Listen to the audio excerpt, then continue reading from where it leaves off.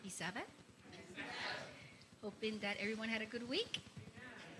And this month is moving along quickly. Tomorrow we will be in the third week of March. And let me ask that anyone, those of you that are participating in this month health challenge, were you able to do the juice cleanse yesterday? Someone said no. Okay, let me ask another question. Did you have fruits for breakfast this morning?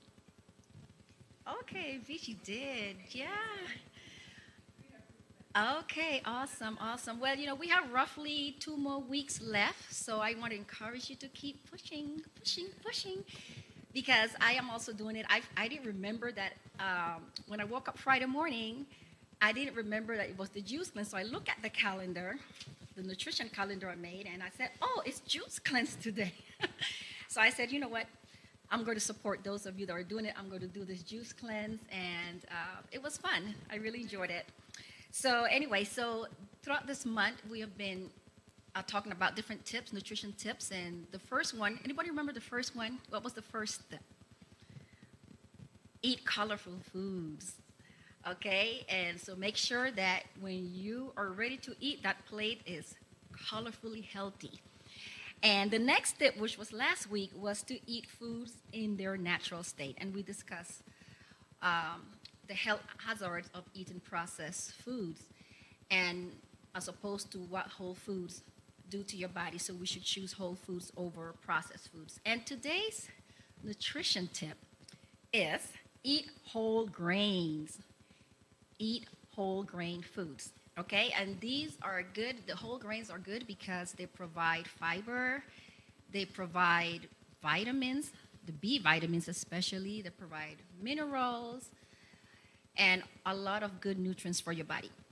So in addition to whole grains providing you with all of these good things, another reason why you want to eat whole grains is because it helps to prevent certain diseases and health conditions. For example, when you eat whole grains, it helps to lower cholesterol.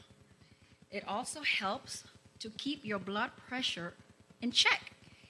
And it also lowers the risk of diabetes, which will help to prevent, type 2 diabetes, of course, and also helps to prevent heart disease and other chronic diseases. So we want to eat whole foods.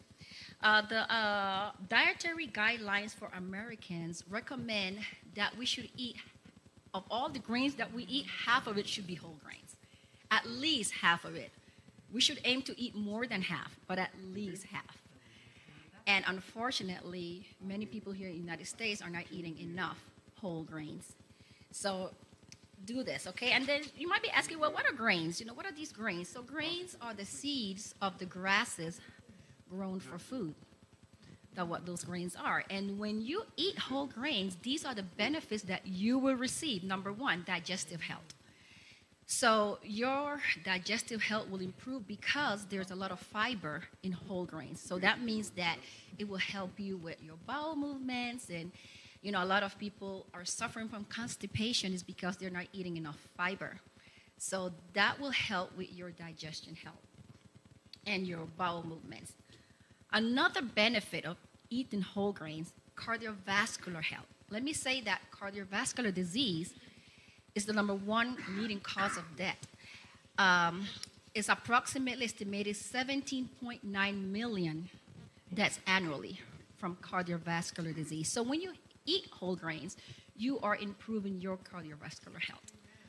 Also, whole grains help with blood sugar control. So because whole grains has fiber in it, the sugar that goes into your bloodstream goes in slowly. So it will not, have like blood spikes, blood sugar spikes. All of that will be under control. Also, it helps in weight management because it keeps you fuller longer because of the fiber and all the nutrients that it has. So there are like many, many good reasons why you want to implement whole grains in your diet. Additional benefits of whole grains is that it provides protein. All my life, I've heard people ask me, how do you get your protein? Because I'm a vegetarian and now I'm vegan. They say, how do you get your protein? Well, whole grains provide protein. In addition to your legumes and nuts and seeds and leafy green vegetables, you can get enough protein. It also, the whole grains also support your brain health because of the B vitamins. B vitamins are very good to keep your brain functioning correctly. So these are additional benefits why you want to eat whole grains.